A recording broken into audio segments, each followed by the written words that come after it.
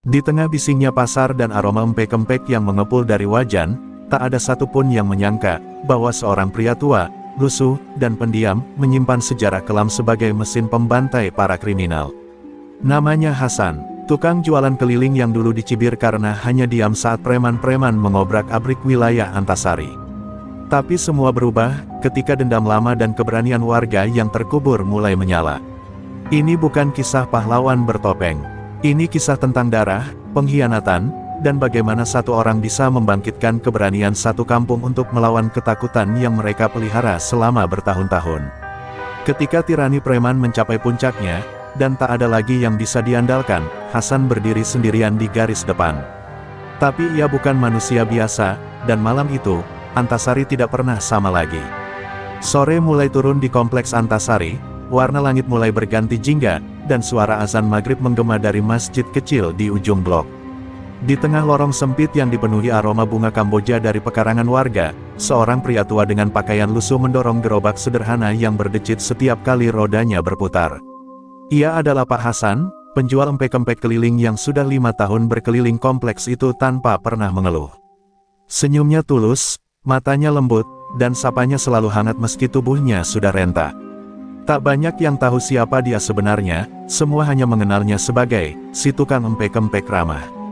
Anak-anak kecil selalu menunggu kedatangannya. Mereka suka menyambut Pak Hasan sambil berteriak, "Pak Hasan datang." Empek-empeknya enak, para ibu rumah tangga pun menyukainya karena selain ramah, harga dagangannya bersahabat. Dalam hati kecilnya, Pak Hasan merasa damai menjalani hidup sederhana itu. Setiap tusuk empek-empek yang ia goreng terasa seperti langkah mendekati pelunasan masa lalu yang berdarah. Ia mencoba melupakan semuanya, tentang siapa dirinya dulu dan apa yang pernah ia lakukan. Ia hanya ingin menjadi penjual kecil yang dicintai warga. Namun, kedamaian itu mulai retak sebulan terakhir.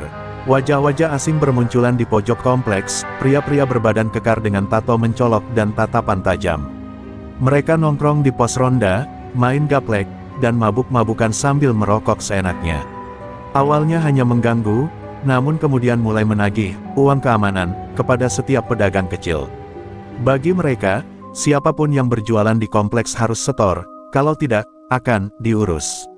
Pak Hasan menolak dengan halus saat pertama kali diminta. "Maaf, nak, saya cuma cari makan," katanya sambil tersenyum. Tapi senyum itu tak membuat mereka luluh. "Kalau minggu depan belum bayar, jangan salahkan kalau gerobak lo hancur, kek," ancam salah satu preman bernama Diro, sambil menepuk-nepuk pipi Pak Hasan. Sore itu, untuk pertama kalinya, tangan Pak Hasan gemetar saat menuangkan cuko ke dalam plastik pembeli. Malamnya, di dalam kamarnya yang sempit, Pak Hasan menatap foto almarhum anak dan istrinya yang sudah lama pergi. Ia bicara lirih sendiri, "Aku sudah janji, Bu, aku gak akan balik jadi seperti dulu. Tapi kalau mereka mulai menyakiti orang-orang tak berdosa," suaranya menghilang, hanya nafas berat yang tersisa. Di bawah kasurnya, ada sebuah kotak kayu tua yang sudah lama terkunci. Ia hanya memandangi kotak itu malam itu, belum membukanya. Keesokan harinya, salah satu pedagang gorengan ditemukan dengan wajah lebam. Gerobaknya dibakar dan uang hasil jualannya dirampas. Tak ada yang berani bersuara. Pak RT hanya bilang, "Sabar ya, nanti kita musyawarahkan." Tapi semua orang tahu, Pak RT pun takut. Preman-preman itu kini menguasai kompleks. Bahkan satpam kompleks memilih diam, pura-pura tidak melihat. Saat Pak Hasan melewati pos ronda keesokan sorenya, salah satu preman menyenggol gerobaknya hingga hampir terbalik. "Bayar dulu, kek, jangan cuma jualan doang." Yang lain tertawa keras. Pak Hasan hanya menunduk, menenangkan diri. Tapi di balik tatapan tuanya, ada sesuatu yang mulai tumbuh. Bukan sekadar marah, tapi kesadaran bahwa orang-orang ini sudah melewati batas. Dan sore itu, ketika matahari mulai tenggelam, Pak Hasan mendorong gerobaknya lebih lambat dari biasanya. Bukan karena lelah, tapi karena dalam hatinya sedang terjadi pertempuran. Ia sadar, jika diam terus, bukan hanya dia yang akan jadi korban. Kompleks Antasari butuh seseorang untuk berdiri. Dan mungkin, orang itu adalah dia, penjual empek-empek yang semua orang kira hanya orang tua biasa. Langit mendung menggantung di atas kompleks Antasari ketika kabar pemalakan semakin menjadi-jadi. Kini bukan hanya pedagang keliling, tetapi juga tukang laundry, tukang tambal ban, hingga ibu-ibu yang menjual kue di depan rumah pun kena getahnya. Preman-preman itu semakin berani.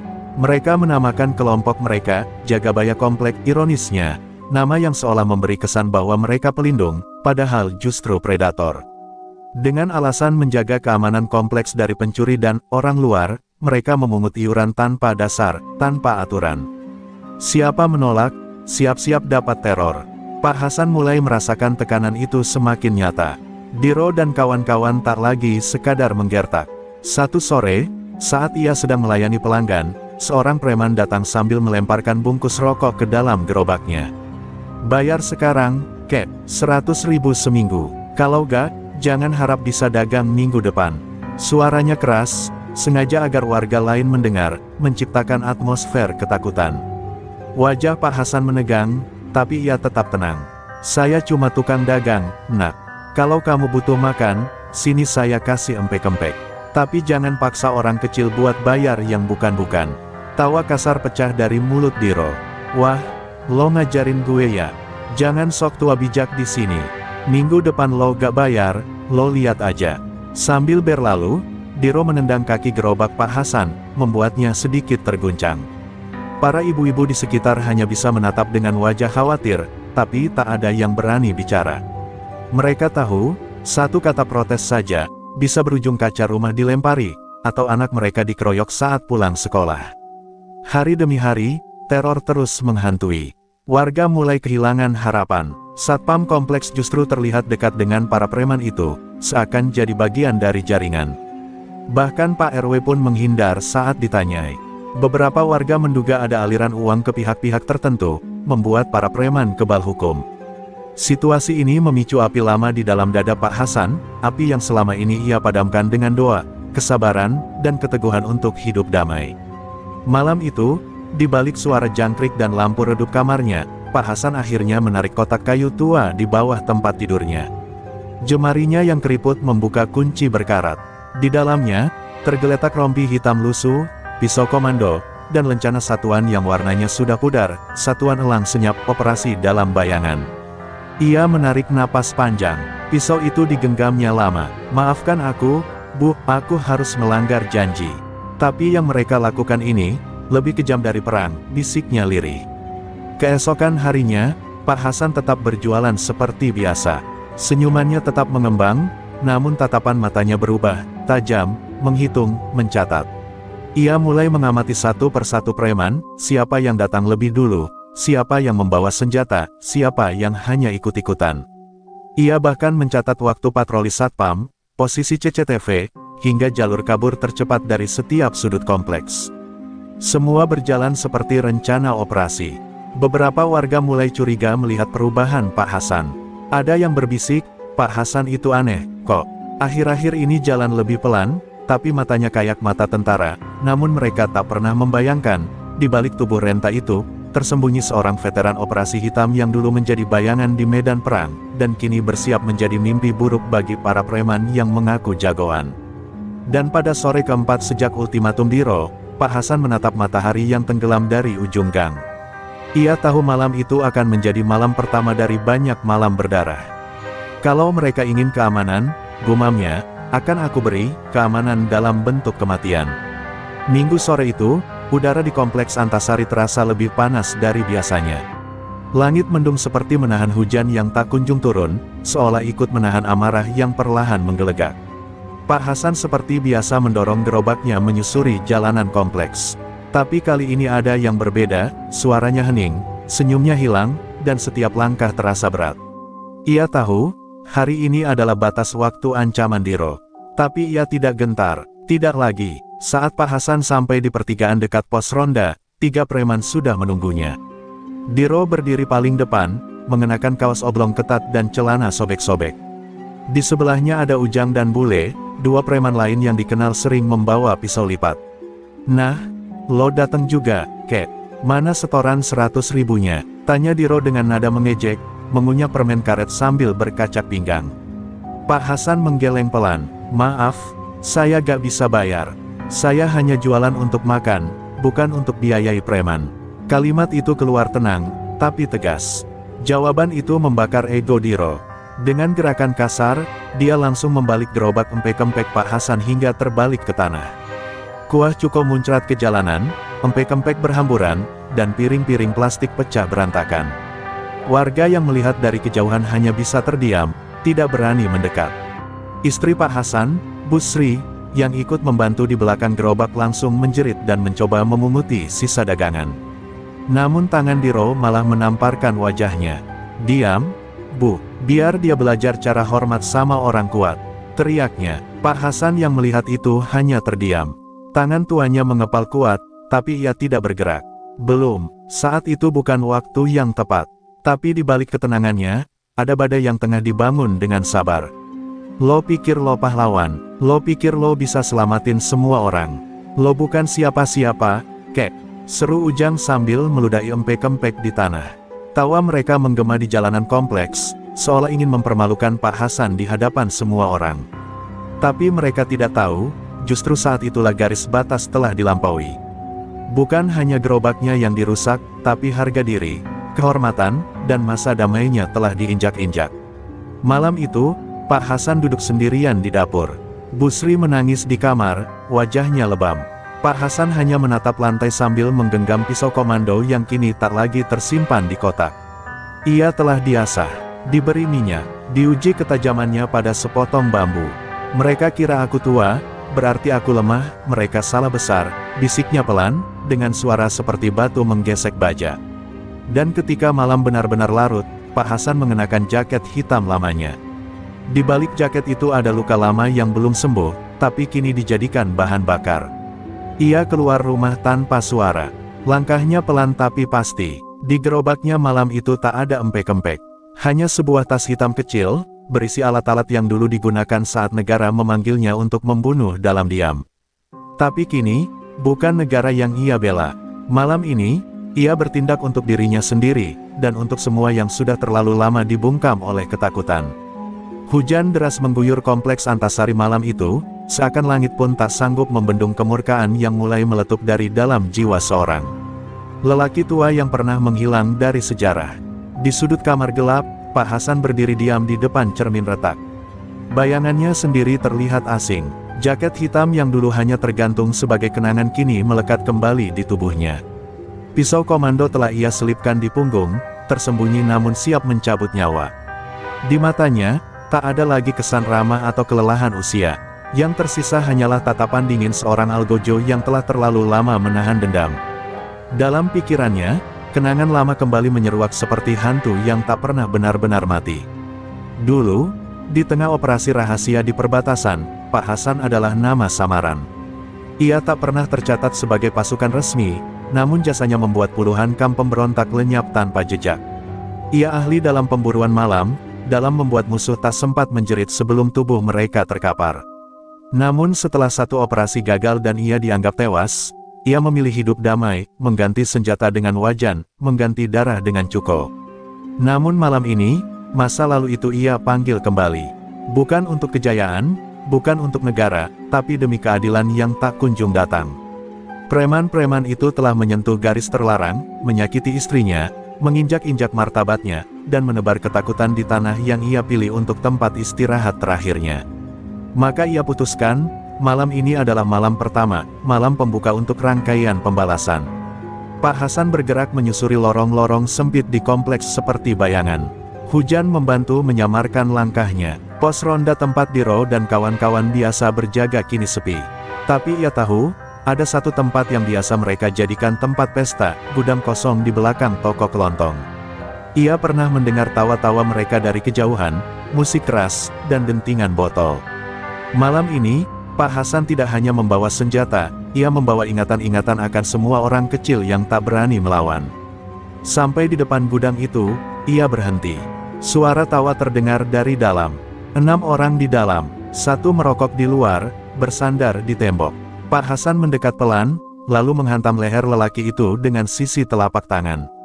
Tanpa suara, tubuh itu ambruk ke tanah, pingsan. Kemudian ia merayap masuk lewat pintu belakang. Semua gerakannya seperti refleks, tidak lagi dipelajari, tapi sudah menjadi naluri. Lelaki tua itu telah kembali menjadi bayang-bayang. Di dalam ruangan, Diro dan teman-temannya mabuk berat. Mereka tak menyadari satu persatu lampu mulai padam, sengaja diputuskan oleh seseorang. Tiba-tiba suara keras terdengar dari luar, duk, tubuh Ujang terlempar menabrak meja plastik. Kepanikan pun pecah. Siapa itu? Siapa? Teriak bule sambil mengacungkan pisau. Tapi jawabannya hanya kesunyian, dan lalu, muncul sosok hitam dari balik gelap, bergerak secepat kilat, melumpuhkan satu demi satu dengan presisi mengerikan. Dalam waktu 3 menit, semua preman itu terkapar, 2 pingsan dengan luka di leher, 1 patah tangan, dan Diro, bersimbah darah di kaki Pak Hasan, dengan pisau menancap di pahanya. "Kakek, maafin gue," lirih Diro, ketakutan setengah mati. Tapi Pak Hasan hanya menunduk, menatapnya dengan mata tanpa ampun. "Kalian pikir orang tua seperti aku bisa kalian injak?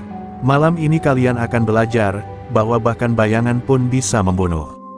Pak Hasan tak membunuh mereka malam itu. Ia ingin mereka hidup untuk menyebarkan ketakutan. Agar preman lain tahu, bahwa kini ada sosok tak dikenal yang akan memburu mereka jika mereka menyakiti rakyat kecil. Lelaki tua itu pun menghilang dalam hujan, meninggalkan gudang penuh darah dan tubuh-tubuh yang menggigil ketakutan. Malam itu, legenda yang telah lama mati mulai hidup kembali. Lelaki dari masa lalu, kini bangkit sebagai mimpi buruk para preman. Pagi menjelang, dengan suasana mencekam di kompleks Antasari. Kabar tentang penyerangan di gudang belakang toko kelontong menyebar cepat seperti api menyambar ilalang kering. Diro dan 2 anak buahnya ditemukan dalam kondisi mengenaskan, tulang tangan patah, luka robek di kaki, dan wajah penuh lebam. Mereka tak bisa menjelaskan secara gamblang siapa pelakunya. Hanya satu kalimat yang mereka ulangi saat ditanya oleh polisi yang datang setengah hati, dia cuma tukang empek-empek." Kalimat itu membuat banyak warga tercengang, namun sekaligus mulai paham, mungkin, hanya mungkin, Pak Hasan bukan orang biasa. Sementara warga mulai berbisik-bisik dan preman-preman lain mulai resah, Pak Hasan tetap mendorong gerobaknya seperti biasa. Tapi kini matanya terus mengamati. Ia mencatat wajah-wajah baru yang berkeliaran. Setelah kejadian malam itu, kelompok Jagabaya Komplek mendatangkan bala bantuan dari luar, preman-preman bayaran dari terminal, dari pasar, bahkan dari luar kota. Mereka berdatangan dengan sepeda motor berknalpot bising, membawa pentungan, rantai, dan bahkan senjata tajam. Mereka tak percaya cerita bahwa Diro dihajar hanya oleh seorang penjual empek-empek. Pak Hasan tahu, ini baru permulaan. Mereka akan memburu siapapun yang dianggap mencederai geng mereka. Tapi ia lebih tahu satu hal lagi, kini, dialah pemburu sebenarnya. Ia mulai menyusun langkahnya. Ia tidak akan menyerang langsung. Ia akan menghantam dari dalam, satu persatu, pelan-pelan, hingga akar kekuatan mereka tercabut. Ia tak butuh senjata api, tak butuh pasukan. Yang ia butuhkan hanya kesunyian malam, dan rencana. Malam berikutnya, salah satu preman bayaran ditemukan terikat di kursi taman kompleks dengan tubuh penuh memar. Di dadanya tertempel secarik kertas bertuliskan, "Keadilan tak perlu seragam." Warga yang membaca gemetar, tapi beberapa di antara mereka tersenyum lirih. Diam-diam, mereka merasa aman. Untuk pertama kalinya setelah sekian lama, ketakutan mulai berpindah arah, bukan lagi ke warga, tapi ke para preman itu sendiri. Pak Hasan mulai melacak siapa dalang utama kelompok ini. Dari pengamatannya, ia mencatat satu nama, Rondo, mantan narapidana yang kini menjadi otak semua aksi pemerasan di kompleks dan sekitarnya. Rondo tak pernah muncul langsung, tapi mengendalikan anak buahnya lewat jalur komunikasi yang rapat. Pak Hasan tahu, jika ingin menjatuhkan Rondo, ia harus melemahkan sistemnya dulu. Maka ia mulai menyebar rasa takut, membuat setiap anak buah Rondo saling curiga, saling waspada, bahkan saling tuduh. Satu malam, Pak Hasan menyusup ke rumah kontrakan yang dijadikan markas. Ia tak membunuh siapapun. Ia hanya meninggalkan simbol di tembok dalam darah ayam, siluet gerobak empek-empek. Besok paginya, preman-preman di rumah itu langsung angkat kaki tanpa sempat membawa barang mereka. Kini, nama penjual empek-empek jadi mitos menyeramkan di antara para penjahat. Mereka menyebutnya dengan berbagai julukan, hantu gerobak, si tua pembantai, atau pecel setan, karena mereka sendiri tak yakin apa yang sedang mereka hadapi. Namun Pak Hasan tak peduli dengan julukan itu. Baginya, ini adalah misi. Misi yang lahir bukan dari kebencian semata, tapi dari sumpah dalam hati, bahwa tak akan ada lagi orang kecil yang dipaksa tunduk hanya karena tak mampu melawan. Malam demi malam, Pak Hasan bergerak seperti bayangan. Ia bukan lagi tukang empek-empek. Ia adalah peringatan. Ia adalah keadilan yang berjalan tanpa tanda. Dan ketika malam kelima tiba, Pak Hasan duduk di ujung gang, menatap lampu jalan yang berkedip pelan. Di pangkuannya, pisau komando berkilat dalam remang. "Rondo, aku datang," bisiknya pelan, penuh kepastian. Perburuan sesungguhnya telah dimulai. Malam ke-6 turun di kompleks Antasari seperti jubah kegelapan yang menyelimuti rahasia dan rasa takut. Para preman mulai menyingkir dari jalanan setelah matahari tenggelam. Mereka saling mencurigai, saling memperhatikan gerak-gerik satu sama lain. Tidak ada lagi tawa keras di pos ronda, tidak ada lagi motor berderu di gang utama. Mereka kini hidup dalam paranoia. Nama Pak Hasan tak pernah disebut, tapi sosoknya menghantui seperti bayangan tak kasat mata yang siap mencabut nyawa kapan saja. Target pertama malam ini adalah Dadan, si kodok preman bayaran baru yang datang dari pelabuhan Sunda. Dadan dikenal brutal dan sadis. Ia pernah membakar kios seorang pedagang tua hanya karena tak diberi rokok. Dadan ditugaskan Rondo untuk mencari dan menghabisi sosok misterius yang telah membuat kekacauan di dalam jaringan mereka. Tapi Dadan bukan pemburu sejati. Ia lebih mirip binatang buas yang mengandalkan kekerasan, bukan akal. Dan malam ini, ia sedang diawasi. Pak Hasan mengikuti Dadan sejak sore.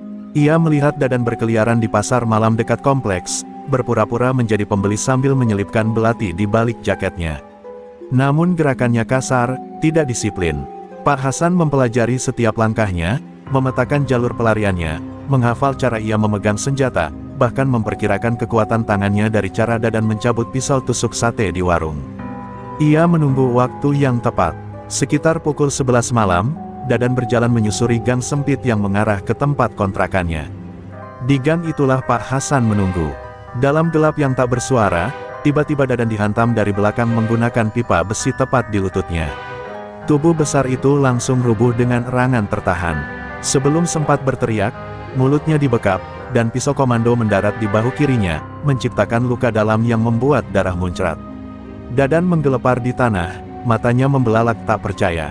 Pak Hasan menatapnya dari jarak dekat, wajahnya dingin, tak terganggu oleh raungan kesakitan yang lirih. "Kalian pikir bisa memeras orang kecil dan tidur nyenyak? Ini balasan dari semua warung yang kalian hancurkan, dari semua ibu yang kalian buat menangis." Dadan hanya bisa mengerang. Ia mencoba meraih pisau di pinggangnya, tapi dengan satu gerakan cepat, Pak Hasan menendang tangannya hingga jari-jarinya patah. Lalu, seperti bayangan, ia menghilang ke gelap.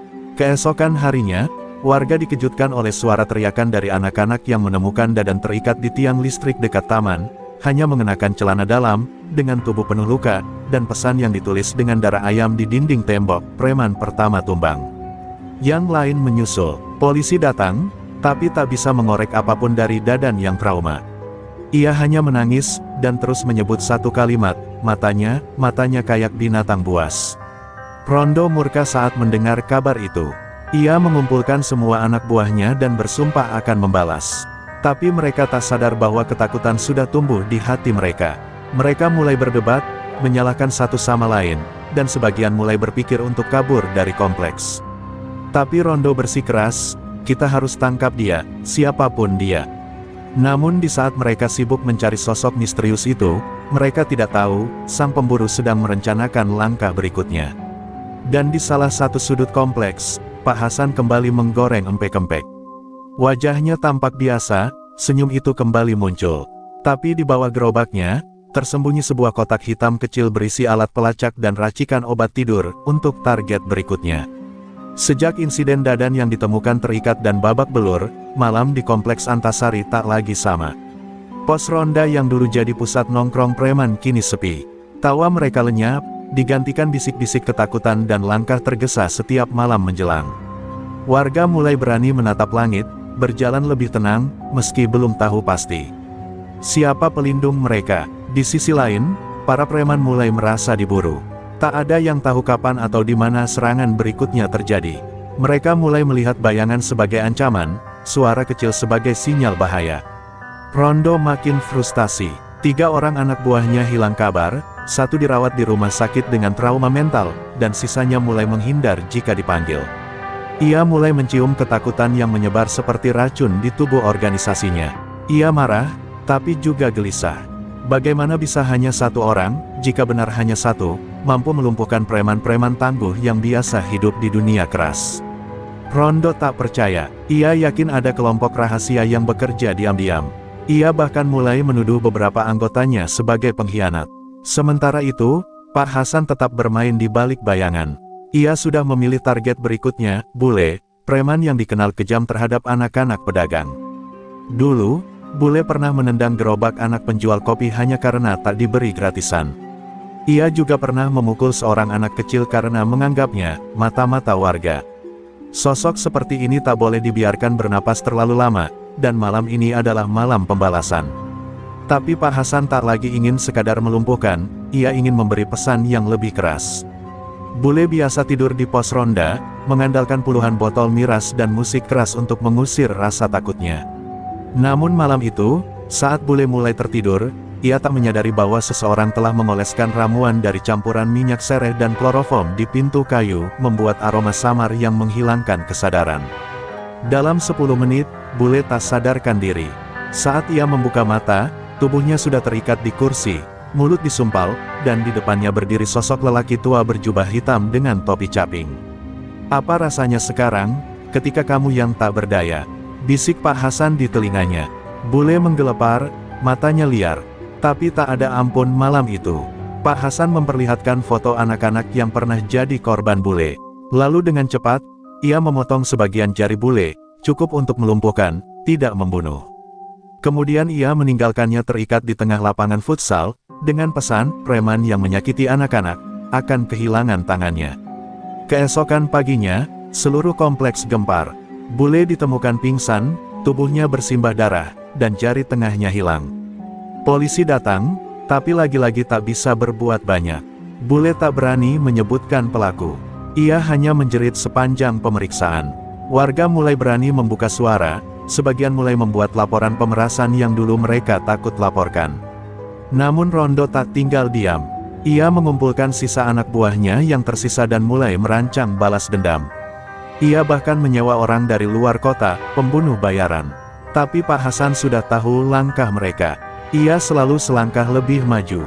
Ia bukan hanya memburu, tapi mengatur ritme pertempuran seperti bidak catur. Setiap gerakan musuh sudah ia perkirakan. Dan saat malam kembali turun, ia mencatat nama baru dalam daftar targetnya, Tony, tangan kanan Rondo yang selama ini jadi penyambung antara lapangan dan sang bos besar. Tony harus tumbang, agar Rondo bisa dijatuhkan.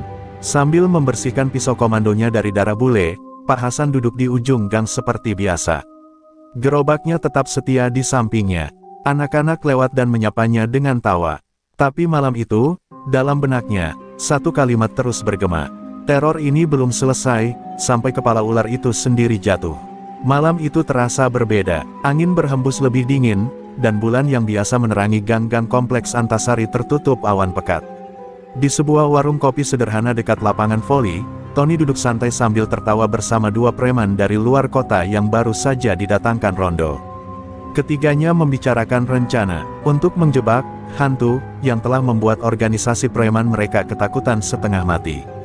Tony yakin malam itu mereka bisa memancing pelaku keluar dari persembunyiannya. Tapi ada satu hal yang mereka lupakan, sang pemburu tidak pernah dikejar. Ia selalu lebih dulu memburu. Pak Hasan menyusup ke sekitar warung sejak sore. Ia menyamar sebagai pemulung tua yang tidur di bawah gerobak rusak. Dari celah-celah bambu, matanya mengamati pergerakan Tony dan kedua preman bayaran itu. Ia tahu malam ini harus cepat dan bersih. Tidak seperti biasanya, ia membawa sebilah golok panjang yang dulu hanya ia gunakan dalam operasi militer di Aceh. Ia menyebutnya, si bisu, karena senjata itu tak pernah membuat korban berteriak, sekali tebas, selesai. Pukul 2 dini hari, warung mulai sepi. Hanya Tony dan dua preman itu yang tertinggal, masih tertawa dengan suara keras, mabuk oleh rasa percaya diri dan arak murahan. Saat itulah lampu-lampu sekitar padam seketika. Semua menjadi gelap. Tony bangkit, cemas. Listrik mati, gumamnya. Tapi saat ia hendak mengambil senter, suara benda tajam mengiris udara terdengar. Detik berikutnya, Salah satu preman jatuh ke tanah, lehernya tersayat, darah muncrat deras membasahi lantai warung. Tony menjerit, tapi belum sempat bergerak, temannya yang lain tersungkur dengan pisau menancap di dada. Semua terjadi terlalu cepat. Ia berlari ke belakang warung, tapi sebuah bayangan hitam menghantamnya dari samping. Tony terkapar, mulutnya dibungkam dengan lakban, tangan diikat. Di depannya, berdiri sosok lelaki tua dengan wajah penuh luka lama. Pak Hasan. Mata mereka bertemu untuk pertama kalinya, dan di situ Tony tahu, inilah akhir dari jalannya. Aku tahu kau yang perintahkan anak buahmu pukuli ibu-ibu jualan karena tak mau bayar uang keamanan, bisik Pak Hasan sambil menatap tajam. Tony meronta, berusaha menggeleng, tapi sudah terlambat. Golok, si bisu, bergerak cepat, membelah otot betisnya tanpa ampun. Tony tak bisa berdiri lagi. Pak Hasan tak membunuhnya malam itu, tapi meninggalkannya tergolek di atas meja warung kopi, dengan tubuh dipenuhi luka sayat dan pesan berdarah di tembok. Preman tidak punya tempat di sini. Pagi harinya, warga geger. Polisi datang lagi, tapi seperti biasa, Tony diam. Bukan karena takut, tapi karena trauma yang membuatnya kehilangan akal. Suaranya tak keluar, matanya kosong.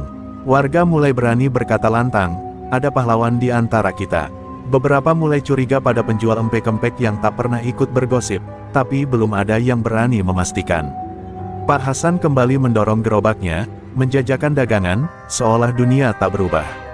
Namun Rondo, sang kepala ular, kini benar-benar murka. Ia kehilangan kepercayaan. Semua anak buah terbaiknya tumbang satu persatu. Ia tahu, jika malam berikutnya dia lengah, nyawanya bisa jadi taruhannya. Maka ia bersumpah, sebelum bulan purnama berikutnya datang, ia akan membuat penjual empek-empek itu berlutut, atau terkubur selamanya. Malam pun kembali turun di Antasari, tapi kali ini, bukan hanya Rondo yang bersiap. Pak Hasan juga sudah menajamkan niat. Perang telah dimulai, dan di perang ini, tak ada tempat untuk kompromi. Kabar tentang Tony yang ditemukan setengah mati di warung kopi menyebar cepat seperti api menyambar jerami. Para preman di Antasari mulai ragu, banyak yang memilih hengkang, merasa tak lagi aman. Namun bagi Rondo, ini adalah penghinaan terbesar sepanjang hidupnya. Ia tak pernah diserang, apalagi dari balik bayangan. Tony adalah adiknya, bukan saudara kandung, tapi teman seperjuangan saat mereka dulu menguasai terminal-terminal gelap Jakarta. Melihat Tony tak bisa bicara, tergeletak dengan luka menganga dan pesan berdarah, membakar amarah Rondo sampai batas kegilaan. Rondo tak lagi mempercayai siapapun. Ia mencurigai para anak buahnya sendiri, bahkan menghajar salah satu di antaranya hanya karena terlambat datang ke pos ronda. Di kamar kontrakan sempit yang jadi markasnya, ia menyusun rencana balas dendam. Ia membawa masuk 4 preman elit dari luar kota, mantan algojo kelompok bajingan di Ciledug, semuanya haus darah dan tak mengenal ampun. Kita bersihkan kompleks Antasari dari akar sampai ke daun. Yang bantu si bangsat itu, kita habisi juga, ujar Rondo dengan mata merah. Malam itu, Rondo berjalan sendiri mengelilingi kompleks. Ia mempelajari gerakan warga, mencatat siapa yang aktif malam hari, siapa yang tertutup, dan siapa yang tampak mencurigakan. Dan kemudian matanya tertumbuk pada Pak Hasan, si penjual empek-empek yang tampak terlalu tenang. Rondo mendekat, berpura-pura jadi pelanggan. Bang, 1 kapal selam. Pakai cuka banyak, katanya sambil tersenyum tipis. Pak Hasan melayani seperti biasa, namun jari-jarinya gemetar sedikit. Dalam sepersekian detik, keduanya tahu, ini bukan lagi soal dagangan. Ini perang diam-diam antara 2 pria yang sama-sama pernah membunuh. Kamu baru ya di sini? Tanya Pak Hasan sambil menatap langsung ke mata Rondo. Baru balik, jawab Rondo. Dulu sempat ngatur parkir di sini. Lalu keduanya diam. Empek-empek itu diberikan tanpa banyak bicara. Tapi dalam hati, Pak Hasan tahu, target terakhirnya telah muncul. Kepala ular telah keluar dari sarangnya. Dan ia harus membuat serangan terakhirnya sempurna. Karena sekali gagal, nyawanya bukan hanya taruhannya, tapi juga warga-warga kecil yang mulai mempercayainya. Rondo pulang sambil tersenyum dingin. Ia tahu pria tua itu bukan penjual biasa. Tapi ia tak gentar. Kalau benar kau yang bikin Tony seperti itu, aku pastikan kau gak akan sempat jualan besok pagi, gumamnya. Ia merencanakan serangan malam minggu nanti, saat sebagian besar warga tidur dan tak ada patroli ronda. Mereka akan membakar gerobak empek-empek itu di depan rumahnya, sebagai peringatan. Namun Pak Hasan sudah lebih dulu bersiap. Ia mulai menghilang dari rutinitas harian. Warga mengira ia pulang kampung. Padahal di gudang kosong belakang rumah salah satu warga, ia menyusun senjata rakitannya, bambu runcing, ranjau paku, dan senjata senyap yang tak dikenali oleh preman jalanan. Ia bukan hanya hendak melawan, tapi membungkam Rondo dengan cara yang membuatnya jadi legenda. Dan malam minggu pun datang. Langit seperti ikut menahan napas. Kompleks Antasari tampak sepi, hanya anjing-anjing liar yang menggonggong dari kejauhan. Rondo dan anak buahnya menyelinap dalam gelap. Mereka tak tahu bahwa setiap langkah mereka sudah diawasi. Setiap napas mereka sudah dihitung. Dan di ujung gang paling gelap, sang pembantai sudah menunggu. Malam itu, udara terasa lebih dingin dari biasanya. Bulan hanya setengah menggantung di langit, dan awan-awan tipis menutup sebagian cahayanya, membuat gang-gang di komplek Antasari tenggelam dalam bayangan yang kelam. Rondo dan 4 algojonya menyusup pelan, menyisir setiap sudut kompleks, hingga akhirnya mereka sampai di gang sempit dekat lapak Pak Hasan biasa mangkal. Mereka tak tahu bahwa di balik bayangan tembok-tembok tua, mata-mata tajam sudah menunggu. Tiba-tiba, "Bleed!" Teriakan pertama pecah dari salah satu anak buah Rondo. Ia terpeleset dan jatuh ke lubang kecil yang penuh ranjau paku dan pecahan botol. Kakinya robek parah, darah mengalir deras. Sebelum sempat yang lain menolong, dari atap gudang tua melompat sosok berpakaian serba hitam, gerakannya cepat, senyap, seperti bayangan. 2 dari 4 preman tak sempat bereaksi. Sebilah pisau panjang menyayat leher satu orang, sementara yang lain ditusuk dari bawah dagu, langsung menembus ke otak. Rondo terbelalak. Ia tak percaya dengan apa yang ia lihat. "Itu dia, tembak!" teriaknya sambil mengangkat senjata api rakitan. Tapi sebelum ia menembak, tangannya tersayat benda tajam yang dilemparkan dari kejauhan. Pisau kecil berbentuk seperti kail besi, tepat menghantam urat nadi.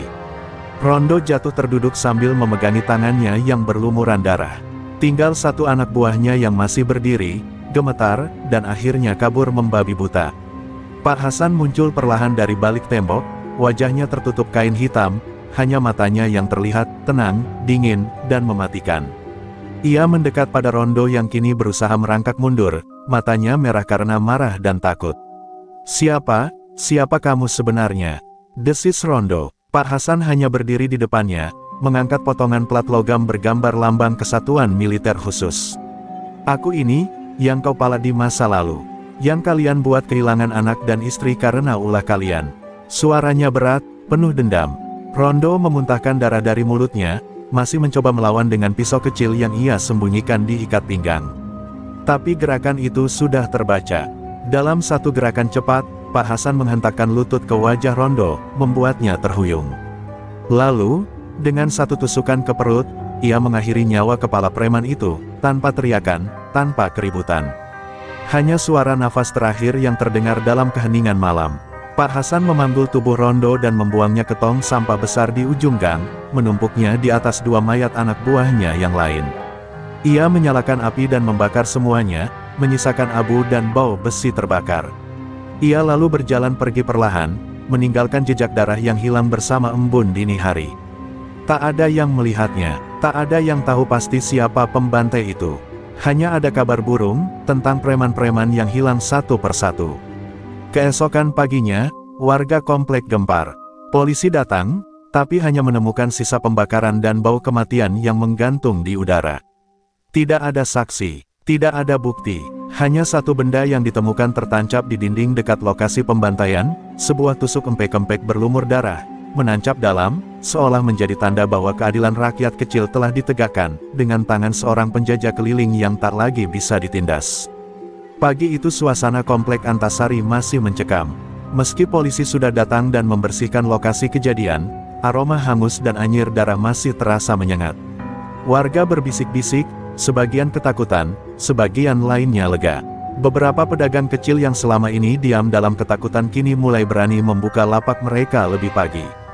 Mereka tak tahu siapa yang telah membasmi para preman, tapi mereka merasa seseorang sedang melindungi mereka dari balik bayangan. Di rumah kontrakan kecil yang tersembunyi di pojok Blok E, Pak Hasan duduk bersila di lantai, menatap foto lama yang mulai pudar. Wajah seorang wanita dan anak perempuan kecil tersenyum dalam bingkai retak. Di sudut matanya, air bening menggenang. "Maafkan, aku baru bisa membalaskan dendam ini sekarang," gumamnya lirih. Ingatan akan masa lalu kembali menyeruak, tentang bagaimana ia dulu seorang anggota pasukan elit yang memilih pensiun dini setelah keluarganya dibunuh karena menolak membayar uang keamanan kepada kelompok preman yang kini sudah musnah. Namun belum sempat ia menenangkan diri, sebuah ketukan keras terdengar dari pintu. Pak Hasan segera menyembunyikan foto itu dan berdiri waspada. Saat pintu dibuka, seorang pria parubaya berseragam satpam masuk tergopoh-gopoh. "Pak Hasan, ada yang nyari Bapak." "5 orang, mereka bukan polisi, saya rasa itu kelompok baru dari luar Antasari," ujarnya tergesa. Mata Pak Hasan menyipit, ia tahu, setiap tindakan akan ada konsekuensinya, dan darah yang ditumpahkan pasti menarik perhatian predator lain. Ternyata benar, preman-preman yang dibasmi Pak Hasan adalah bagian dari jaringan lebih besar yang dipimpin oleh seorang tokoh kriminal bernama Komar si Ular, preman lintas kota yang dikenal sadis dan tak kenal ampun. Komar mendengar anak buahnya di Antasari telah dibantai dengan gaya tentara, dan ia tahu, ini bukan kerjaan preman biasa. Ia mengirim 5 orang suruhan untuk menyelidiki dan memberi peringatan, tapi niat sebenarnya adalah memancing siapa pembunuhnya. Sore itu, 5 pria berbadan kekar mondar-mandir di warung-warung, bertanya ke para warga dengan suara tinggi dan sikap mengintimidasi. Mereka tak tahu siapa yang mereka cari, tapi mereka tahu, pelakunya pasti orang sekitar. Salah satu dari mereka bahkan sempat memukul pedagang sayur yang tak mau menjawab. Komplek Antasari kembali dicekam ketakutan. Kemenangan satu malam terasa cepat diganti bayang-bayang neraka baru. Pak Hasan tahu waktunya menyendiri sudah habis. Ia membuka peti kayu tua yang selama ini tersimpan di bawah tempat tidur. Di dalamnya, tersusun rapi pisau lempar, belati lapangan, dan satu set baju tempur hitam yang dulu menjadi identitasnya saat menjalankan misi rahasia negara. Tangannya gemetar saat menyentuh perlengkapan itu, bukan karena takut, tapi karena tahu, pertempuran sesungguhnya baru dimulai. Malam itu, langit kembali muram. Tapi kali ini, bukan Pak Hasan yang bergerak lebih dulu. Salah satu suruhan Komar terlihat menyelinap ke halaman rumah warga, mencoba mengintai. Tapi ia tak sadar, sebuah mata tajam sudah mengawasinya dari balik tirai. Dan kali ini, Pak Hasan tak berniat membunuh diam-diam. Ia ingin mereka tahu, bahwa Antasari bukan tempat untuk menginjak rakyat kecil. Ia akan kirim pesan ke Komar, lewat mayat-mayat baru. Apakah ini akan jadi awal perang besar? Ataukah Komar akan datang sendiri? Malam di komplek Antasari terasa lebih sunyi dari biasanya, seolah seluruh semesta tengah menahan napas. Angin berembus membawa aroma tanah basah dan ketegangan yang membeku. 5 preman suruhan Komar tersebar di berbagai titik, mengintai, menunggu, dan bersiap untuk menyergap siapapun yang mencurigakan. Mereka terlalu yakin bahwa siapapun pelakunya, pasti akan menunjukkan diri. Tapi kesombongan selalu menjadi awal dari kehancuran. Di sebuah lorong gelap di belakang warung tua, salah satu dari mereka, Gepeng namanya, sedang merokok dengan santai. Ia mengira hanya dirinya yang berjaga di titik itu. Tiba-tiba, suara peluit kecil terdengar pelan, nyaris seperti siulan angin. Sebelum sempat menoleh, sebuah kawat tipis melilit lehernya, menarik tubuhnya ke belakang dan mencekiknya dalam sunyi. Dalam hitungan detik, tubuh Gepeng tergolek lemas tanpa suara. Di dadanya, tertancap tusuk empek-empek bertuliskan, "Aku di sini, Komar." Mayat Gepeng ditemukan pagi harinya oleh anak-anak kecil yang bermain bola. Teriakan mereka membangunkan seluruh warga. Polisi kembali berdatangan, tapi seperti biasa, tak ada satupun warga yang mau bicara. Sementara itu, sisa 4 orang preman mulai panik. Mereka sadar, ini bukan lawan biasa. Ini pembantaian yang terencana, dilakukan oleh tangan terlatih. Mereka pun mulai curiga, apakah benar ini kerjaan mantan tentara seperti isu yang mereka dengar. Pak Hasan mengamati dari kejauhan. Ia tak lagi sekadar membalas dendam, tapi sedang mengirimkan pesan. Setiap nyawa yang ia ambil adalah peringatan bagi siapa saja yang berani menginjak tanah Antasari untuk menindas rakyat kecil. Ia sudah lelah melihat ketidakadilan. Dan kali ini, ia memilih untuk tak lagi sembunyi. Namun ia juga tahu, Komar bukan orang bodoh. Pembunuhan ini akan memancingnya keluar, dan mungkin, itu yang diinginkan Pak Hasan sejak awal. Malam kedua, korban kembali jatuh. Kali ini 2 orang sekaligus. Mereka ditemukan tergantung di lapangan kosong dekat masjid, mulut mereka disumpal dengan uang receh logam. Di tangan mereka digenggam kertas bertuliskan, "Beginilah jadinya kalau kalian datang bawa uang keamanan, tapi tak bawa rasa kemanusiaan." Gempar, seluruh kota mulai membicarakan kejadian ini. Wartawan berdatangan, namun polisi tetap tak bisa berbuat banyak. Semua jejak bersih, rapi, dan nyaris tak terdeteksi. Hanya satu orang yang tahu pola pembunuhan sepresisi itu, Pak Hasan. Di markas kecilnya, Komar akhirnya menerima laporan lengkap. Ia membaca pesan dari kertas yang diselipkan di dada mayat anak buahnya. Tangannya mengepal, matanya merah. "Berani sekali dia," gumamnya. "Panggil semua anak buah, kita bersihkan Antasari dari darahnya sendiri." Komar bukan hanya murka, ia merasa terhina. Ini bukan cuma tentang uang, ini tentang ego dan harga diri. Ia memutuskan akan turun sendiri ke lapangan. Pak Hasan pun tahu, malam itu telah berubah. Ia tak lagi melawan preman-preman recehan. Yang akan datang adalah Komar si ular, predator kota yang menari di atas kuburan lawan-lawannya. Tapi ia juga tahu satu hal, ular paling berbisa pun akan mati jika dilawan dengan tekad dan hati yang membara oleh keadilan. Antasari adalah tanah rakyat kecil, dan darah preman tak akan menguasainya lagi. Dan tepat saat Komar menginjakkan kaki di batas komplek Antasari, bayangan Pak Hasan sudah menunggu di menara air tua, mengintai, seperti bayang-bayang masa lalu yang tak bisa dibunuh. Malam itu, langit menggantungkan awan kelam seakan tahu bahwa darah akan kembali membasahi bumi komplek Antasari. Komar, dengan wajah garang dan rompi kulit hitamnya yang khas, melangkah mantap diikuti 7 preman elit yang tersisa. Mereka bukan sembarang anak buah, ini adalah barisan pembunuh sadis yang sudah biasa membasmi saingan dalam gelap. Tapi malam ini, mereka masuk ke wilayah yang tidak mereka kuasai, dan satu kesalahan kecil saja bisa jadi tiket ke liang kubur. Sementara itu, dari ketinggian menara air tua, Pak Hasan menatap ke bawah lewat teropong kecil miliknya. Napasnya tenang, tangan kanannya memegang tusuk empek-empek dari baja ringan yang telah dipertajam ujungnya. Ia bukan lagi penjual makanan keliling yang tampak rapuh. Di wajahnya, hanya ada tekad dan dendam yang dibungkus dalam prinsip bahwa rakyat kecil harus dilindungi, bukan diperas oleh makhluk semacam Komar. Komar menyebar anak buahnya. 3 orang masuk ke arah pasar malam, 2 mengitari gang sempit dekat masjid, sisanya menuju lapangan kosong. Mereka tidak tahu bahwa semua gerakan mereka telah dipantau sejak mereka melintasi batas wilayah Antasari. Di bawah lampu redup, langkah Komar terhenti saat melihat coretan merah di tembok, "Kau datang, dan kau tidak akan pulang." Dadanya sesak, bukan karena takut, tapi karena sadar bahwa permainan ini bukan lagi tentang siapa paling kuat, tapi siapa paling cerdas. Tiba-tiba, suara siulan tajam terdengar dari arah menara. Salah satu anak buah Komar menoleh, lalu tubuhnya tumbang seketika dengan tusuk baja menancap di tenggorokan. Jeritan kematian itu memecah keheningan.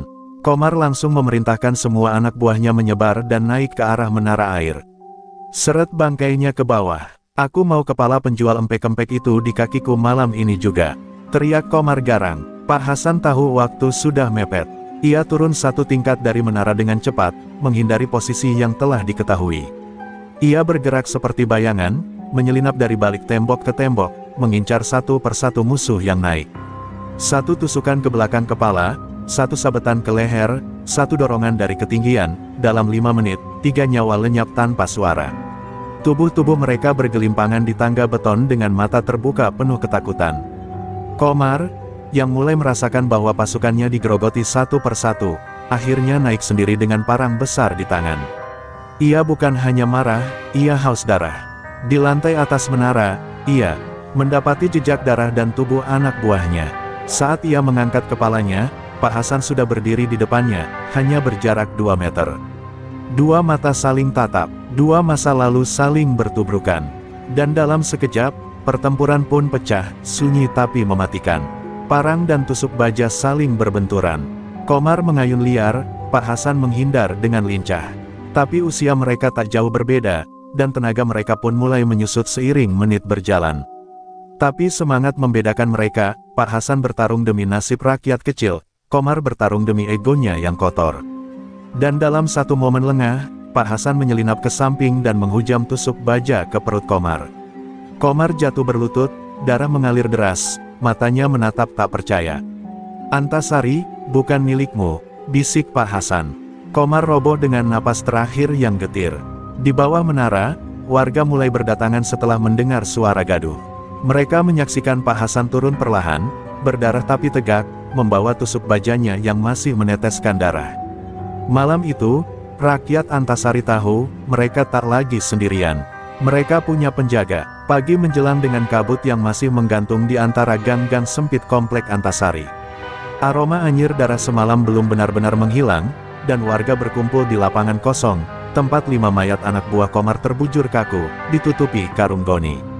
Mereka bukan sekadar preman yang kalah, mereka adalah simbol tirani yang akhirnya tumbang di hadapan rakyat yang selama ini diam.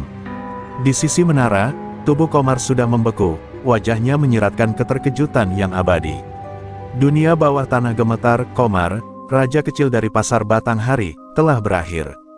Pak Hasan duduk bersila di teras musola kecil, ditemani secangkir kopi hangat dan luka sobek di lengannya yang belum dijahit.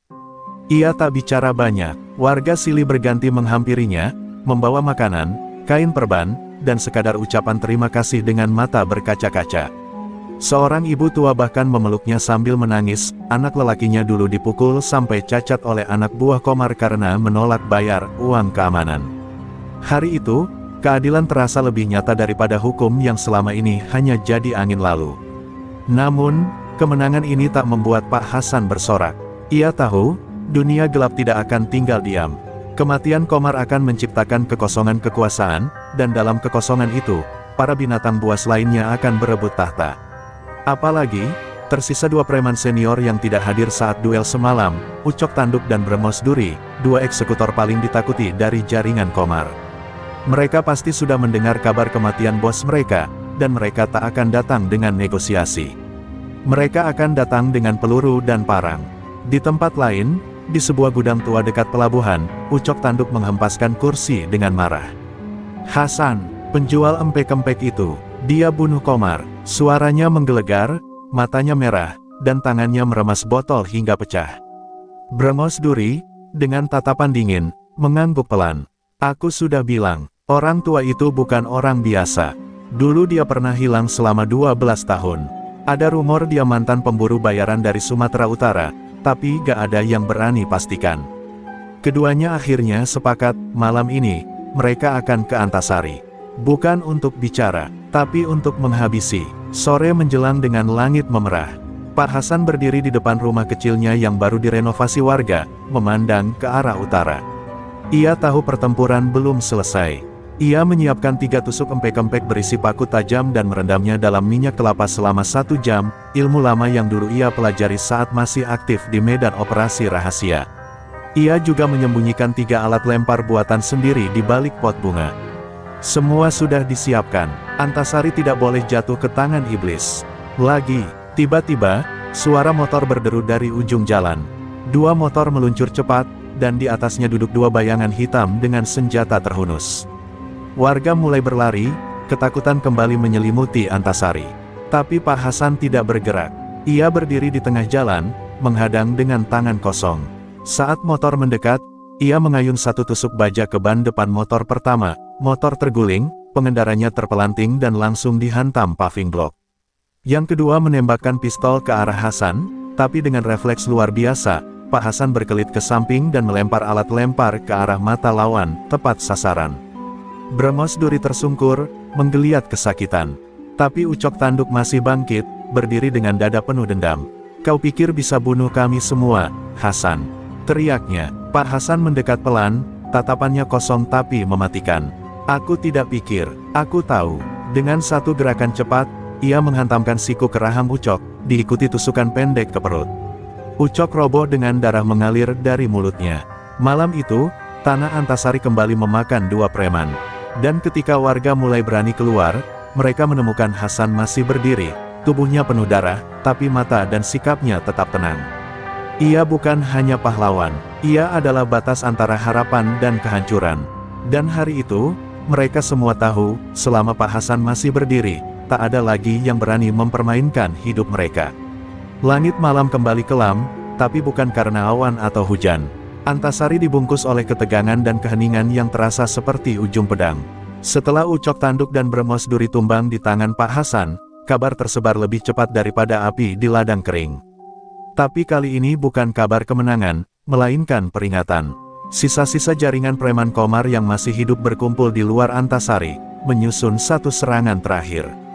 Mereka tidak peduli pada hukum, tidak peduli pada nyawa. Bagi mereka, Hasan telah mempermalukan seluruh sistem yang selama ini mereka junjung. Pak Hasan tidak tidur malam itu. Ia membersihkan luka di lengan, membalutnya dengan kain putih yang sudah menguning oleh darah. Tangannya bergetar, bukan karena takut, tapi karena tubuhnya menua. Namun dalam jiwanya, semangat puluhan tahun silam kembali menyala. Ia membuka peti besi di bawah ranjang, mengeluarkan sebuah benda yang sudah lama ia sembunyikan dari dunia, sebilah pisau belati warisan mendiang gurunya, yang pernah menumpas geng di hutan Sumatera pada era 80-an. Malam ini, pisau itu akan kembali bersimbah darah. Warga berdatangan, satu persatu, membawa apapun yang bisa mereka jadikan senjata, kayu, linggis, hingga botol pecah. "Kami gak akan lari lagi, Pak," ujar Darto, pemuda tambal ban yang dulu dipalak habis-habisan. "Antasari milik kita, bukan mereka." Tangis tertahan pecah di wajah-wajah yang dulu hanya bisa tunduk. Tapi kini, mereka berdiri di belakang Pak Hasan. Tidak lagi sebagai korban, melainkan sebagai penjaga. Pukul 3 dini hari, truk bak terbuka meluncur masuk ke jalan utama. Di atasnya, lebih dari 20 preman bersenjata. Mereka menjerit, menggedor-gedor sisi truk, membakar semangat satu sama lain. Tapi begitu sampai di tengah jalan, ban depan truk meledak, ranjau sederhana dari pecahan kaca dan paku yang ditanam Hasan sejak sore. Truk oleng, terguling, dan preman-preman itu terlempar. Sebelum mereka bisa bangkit, warga menyerbu. Jeritan dan suara benturan memecah keheningan dini hari. Pak Hasan masuk ke tengah pertempuran seperti arwah dari masa lalu. Ia tidak membabi buta, tapi setiap gerakannya mematikan. Satu preman yang mengacungkan parang langsung tumbang kena sabetan pisau ke leher. Yang lain mencoba kabur, tapi disergap warga. Darah bercucuran, dan teriakan minta ampun menggema. Mereka tidak menyangka, Antasari telah berubah jadi medan juang. Dan Hasan, ia lebih dari sekadar tukang empek-empek. Ia adalah legenda yang tak pernah mati. Pertarungan itu berlangsung tak lebih dari 30 menit. Tapi dampaknya lebih dari 3 dekade. Saat fajar menyingsing, puluhan mayat preman tergeletak di jalanan. Yang hidup, diborgol dengan tali rafia, menunduk malu di hadapan warga yang selama ini mereka sakiti. Polisi datang terlambat, seperti biasa. Tapi pagi itu, mereka hanya bisa diam melihat apa yang tersisa. Antasari sudah memilih jalannya sendiri. Pak Hasan berdiri di atas tumpukan puing. Bajunya robek, pipinya berdarah, tapi matanya menatap jauh ke arah matahari terbit. "Kalau kalian ingin hidup tenang, kalian harus berani melawan," ucapnya lirih, lebih kepada dirinya sendiri. Warga bersorak, beberapa menangis, sebagian berdoa. Antasari telah bebas, dan nama Pak Hasan, si tukang empek-empek, akan dikenang sebagai penjaga terakhir, dan paling berani, dari tanah yang nyaris dibinasakan oleh para preman.